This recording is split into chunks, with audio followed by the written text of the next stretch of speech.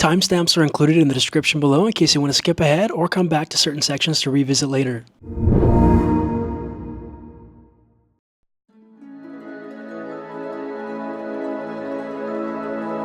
Some cities don't just ask to be seen, they demand to be felt in many shades of light and dark. Sarajevo is such a city of resilience, tragedy, and breathtaking beauty. For centuries, this was a major crossroads of civilizations. Conquered by the Ottoman Empire in the 15th century, it grew into a vibrant Ottoman city. Then, in the late 19th century, it was annexed by the Austro-Hungarian Empire. This meeting of East and West forged a diverse and tolerant society where Muslims, Orthodox Christians, Catholics, and Jews lived side by side, earning it the nickname the Jerusalem of Europe. This peaceful coexistence shone brightly during the 1984 Winter Olympics in Sarajevo and was a moment of immense national pride for former Yugoslavia. But that unity was soon fractured. The fall of communism and the breakup of Yugoslavia unleashed devastating ethnic tensions. When Bosnia and Herzegovina declared independence in 1992, it triggered a brutal war. Bosnian Serb forces laid siege to Sarajevo for nearly 4 years, the longest siege of a capital city in modern warfare. The inhabitants endured constant shelling and sniper fire, and daily life became a relentless struggle for simple survival. The world witnessed a humanitarian catastrophe, including the horrific Srebrenica genocide in July 1995, where over 8,000 Bosniak men and boys were murdered. The war ended with the 1995 Dayton Peace Agreement, ushering in a difficult peace that has endured until present day. Engaging with this history is key to appreciating the incredible resilience of the Bosnian people. This isn't just a trip, it's a living history lesson that will stay with you long after you leave.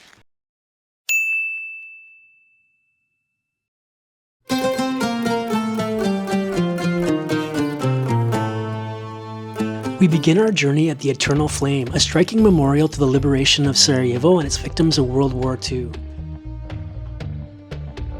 As we walk down Ferhadija Street, notice the architectural grandeur, stately facades that feel straight out of Vienna or Budapest.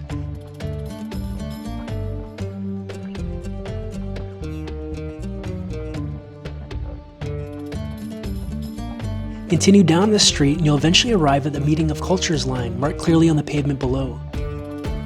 Cross it and you'll instantly step from the Austro-Hungarian grandeur to the vibrant Ottoman side of the city.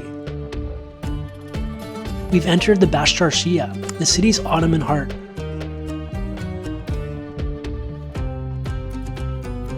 Suddenly the streets narrow, the buildings shrink, and the scent of grilled Ćevapi and sweet Turkish delights fills the air. This is the area of the coppersmiths, whose traditional workshops still line the cobblestone streets. It's a great area to wander around and soak up the Ottoman ambiance.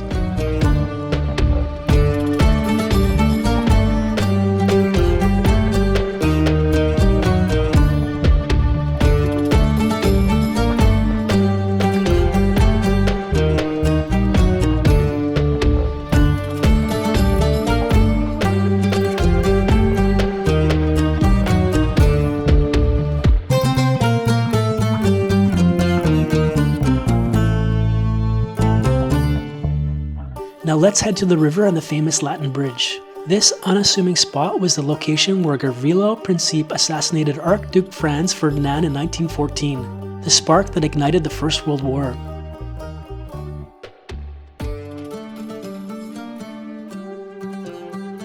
Walking further along the river, you'll see beautiful architecture, including one of my favorite buildings in the city, the Academy of Fine Arts, originally constructed as an evangelist church during the Austro-Hungarian period.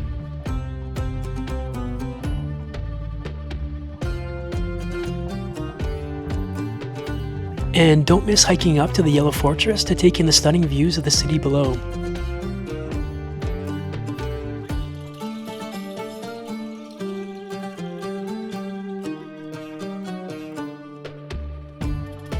And as you wander through other parts of the city, you'll see more beautiful architecture reflecting the city's religious diversity, and you'll also notice its war monuments and scars.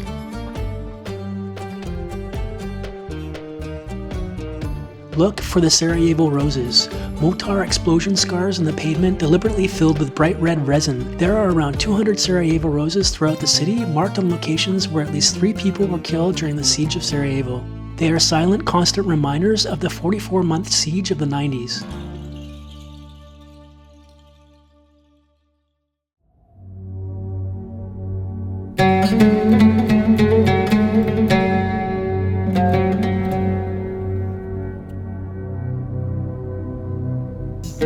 To truly understand a city like Sarajevo, you must dive into the archives of its history.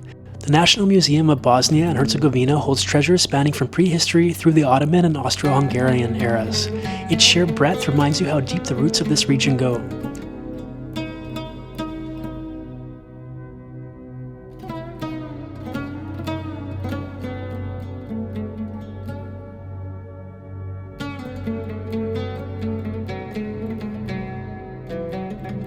Right beside it, the History Museum of Bosnia and Herzegovina offers insights into the anti-fascist resistance movement during the World War II period, as well as the Siege of the 90s, showcasing incredible stories of a besieged population.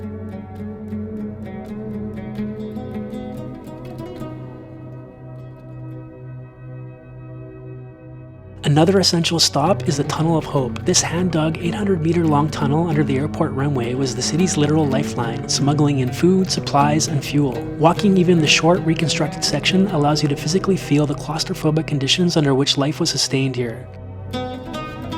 Finally, a profoundly moving experience is a visit to Gallery 11795, a memorial to the Srebrenica tragedy.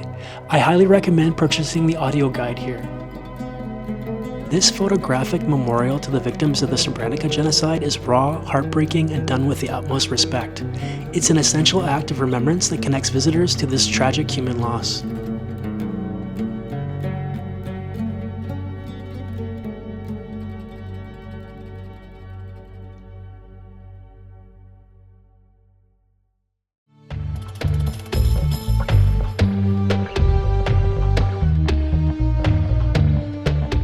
This journey through history requires sustenance and caffeine.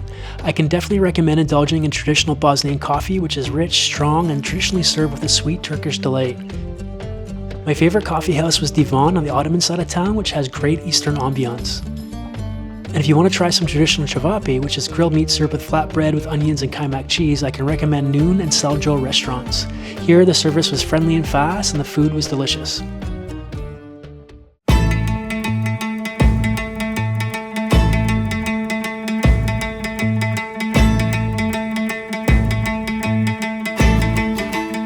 To fully appreciate Sarajevo, we have to gain some elevation. The Trebević cable car carries us up to the Olympic slopes that once symbolized unity during the 1984 Winter Games.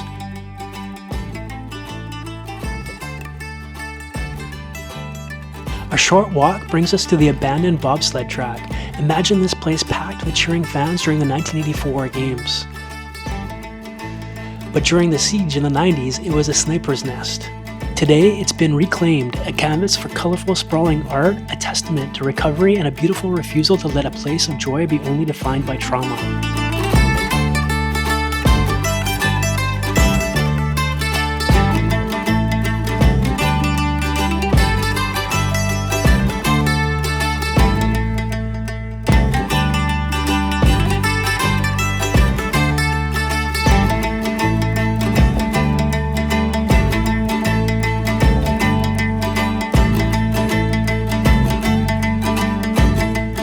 The hiking paths also lead to the charming Hotel Pivo, nestled in the mountains, that's worth checking out.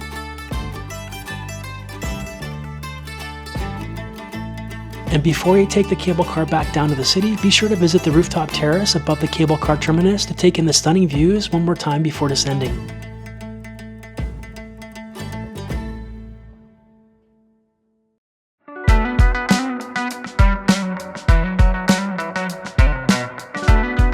About 2 hours south of Sarajevo, the beautiful city of Mostar is not to be missed. When you arrive, the city is defined by one single, impossible structure, the Stari Most, or Old Bridge. This elegant bridge was built by the Ottomans in the 16th century and stood for 427 years before being destroyed during the war in 1993. Its careful reconstruction using the original stone and methods became a UNESCO World Heritage Symbol for reconciliation and hope.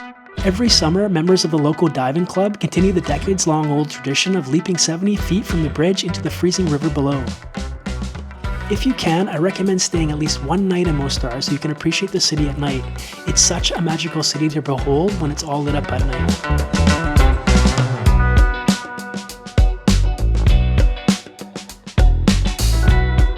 Now that we've seen Mostar, let's explore the surrounding beauty of Herzegovina. First, a break at the majestic Kravica waterfalls. These massive curtains of water provide a moment of natural wonder and a perfect spot to cool off in the Herzegovinian sun. Finally, we visit the fortified village of Počitelj. Perched high on a hill, this medieval Ottoman village is a quiet, rustic masterpiece of stone architecture. Our visit here ended with a beautiful call to prayer echoing from the local mosque.